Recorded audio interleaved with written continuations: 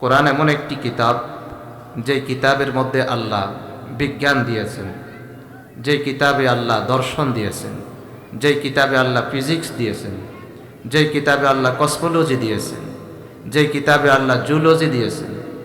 কোরআন হলো সারা মানব জাতির মুক্তির একটি কিতাব। আমাদের দেশের বিজ্ঞান গবেষণা করে যতটুকু পর্যন্ত যেতে পারে নাই, কোরআন তার আগে তা বলে দিয়েছে। কোরআনে বিজ্ঞান আছে কিনা আমাদেরকে অনেকে জিজ্ঞাসা করে। যেমন যারা সাগর মহাসাগর নিয়ে গবেষণা করে, এক সময়ে তাদের দৃষ্টিভঙ্গি ছিল দুই সাগরের মাঝখানে কোনো দেওয়াল নাই। কিন্তু সূরা রহমান 19 এবং 20 নম্বর আয়াত আল্লাহ বলেছেন, মারজাল বাহরাইন ইয়ালতাকিয়ান বাইনাহুমা বারযাখুল লা ইয়াবগিয়ান। দুই সাগরের মাঝখানে আল্লাহর দেওয়া একটি পার্টিশন এবং দেওয়াল আছে। কথাটা কার? বিজ্ঞান এটা একসময় বিশ্বাস করত না, কিন্তু আজকের এই সময়ে এসে বিজ্ঞান বিশ্বাস করতে বাধ্য। আপনারা কি এই কথাতে একমত যে দুই সাগরের মাঝখানে দেওয়াল আছে? প্রমাণ হিসাবে এখানে কে এরকম চেষ্টা করতেছে? একজন একটু দয়া করে কন্ট্রোল করেন।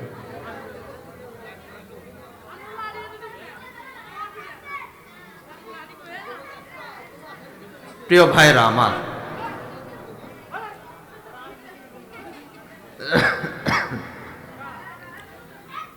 প্রিয় ভাইরা আমার, যদি দুই সাগরের মাঝখানে দেওয়াল না থাকে, তাহলে পদ্মা নদীতে মনকে মন টনকে টন ইলিশ মাছ পাওয়া যায়, কিন্তু গঙ্গা নদীতে একটি ইলিশ মাছও পাওয়া যায় না। ঠিক না বে ঠিক? পদ্মা নদী এবং গঙ্গা নদীর মাঝখানে আমাদের দৃষ্টিতে কোনো দেওয়াল নাই, আছে? কিন্তু যদি দেওয়াল না থাকে, তাহলে মাছগুলিকে পদ্মা থেকে গঙ্গাতে যেতে বাধা দিয়েছে কে? দুই সাগরের মাঝখানে যদি দেওয়াল না থাকে, তাহলে পদ্মাতে যেমন ইলিশ পাওয়া যায়, গঙ্গাতেও তেমন ইলিশ মাছ পাওয়া যেত। যেহেতু পুরা গঙ্গা নদী তন্ন তন্ন করে খুঁজে একটি ইলিশ মাছও বের করা যাবে না, কারণ দুই সাগরের মাঝখানে আল্লাহ দেওয়াল এবং পার্টিশন করে দিয়েছে। প্রিয় ভাইরা আমার, আজ থেকে 150 বছর পূর্বে এই পৃথিবীতে বৈদ্যুতিক বাল্ব বলতে কোনো জিনিস ছিল না। এই যে বাতি, এটা ছিল না। থমাস আলভা এডিসন নামে একজন ব্যক্তি এই বাল্ব আলোকে তিনি বাতিকে আবিষ্কার করে পুরো পৃথিবীকে আলোকিত করে দিয়েছে। ঢাকা বিশ্ববিদ্যালয়ে তার জীবনী পড়ানো হয়, চট্টগ্রাম বিশ্ববিদ্যালয়ে তার জীবনী পড়ানো হয়, জাহাঙ্গীরনগর বিশ্ববিদ্যালয়ে তার জীবনী পড়ানো হয়, বিজ্ঞান ও প্রযুক্তি বিশ্ববিদ্যালয়ে তার জীবনী পড়ানো হয়, হার্ভার্ড ইউনিভার্সিটিতে তার জীবনী পড়ানো হয়, অক্সফোর্ড বিশ্ববিদ্যালয়ে তার জীবনী পড়ানো হয়। কিন্তু তারা জানে না 150 বছর পূর্বে নয়, মহান আল্লাহ 1500 বছর পূর্বে বৈদ্যুতিক বাল্বের একটি নমুনা আল্লাহ পাক কোরআনে দিয়ে গেছেন। সূরা নূর 35 নম্বর আয়াত, আল্লাহু নূরুস সামাওয়াতি ওয়াল আরদ মাসালু নূরিহি কামিশকাতিন ফিহা মিসবাহ। আল্লাহ বলেছে পুরা পৃথিবী আমার আলোতে আলোকিত। আলোর মেসাল দিয়ে দিতে আল্লাহ বলেন, মাসালু নূরিহি কামিশকাতিন ফিহা মিসবাহ। সেই আলো এবং সেই প্রদীপের চতুর্দিকে হলো কাঁচ, ভিতরে হলো আলো। এই বাল্বের চতুর্দিকে কাঁচ, ভিতরে হলো আলো। বিজ্ঞান 150 বছর পূর্বে যা আবিষ্কার করতে পারে নাই, কোরআন 1500 বছর পূর্বে তা আবিষ্কার করে দিয়েছে, তার নমুনা দিয়ে গেছে। আজ থেকে 400 বছর পূর্বে এই পৃথিবীতে আমেরিকা বলে কোনো রাষ্ট্র ছিল, ভূগোলের কোনো বইয়ে তার অস্তিত্বই ছিল না।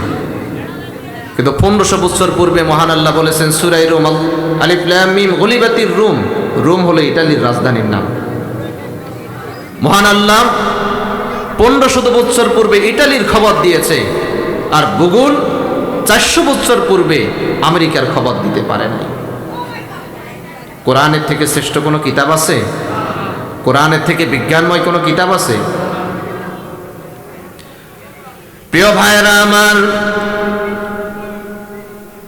খলিফাতুল মুসলিমিন ওমর ফারুক রাদিয়াল্লাহু তাআলা সে সময়ের মক্কার হায়ার এডুকেটেড 17 জন উচ্চ মানের শিক্ষিত মানুষের মধ্যে প্রথম এবং প্রধান ছিলেন হযরতে ওমর ফারুক।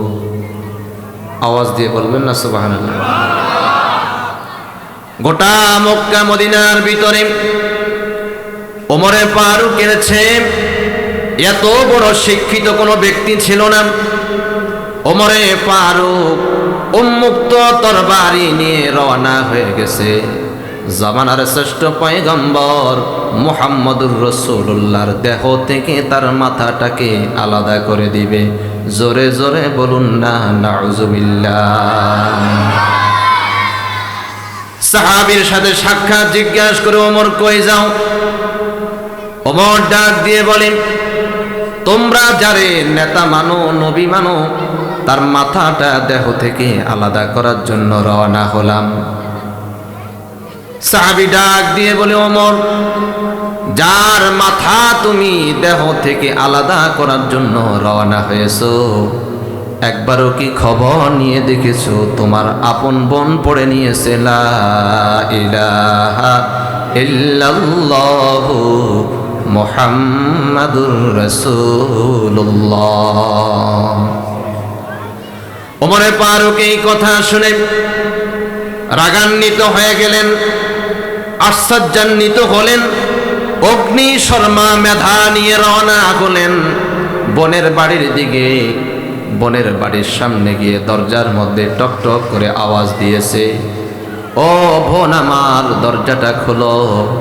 ভাইয়ের কণ্ঠ শুনে বোন সহ্য করতে পারে নাই, দরজাটা খুলে দিয়েছে। কারণ পৃথিবীতে ভাই বোনের চেয়ে ভালো কোনো সম্পর্ক দ্বিতীয় আরেকটা নাই। ঠিক না ঠিক? বোন দরজা খুলে দিন।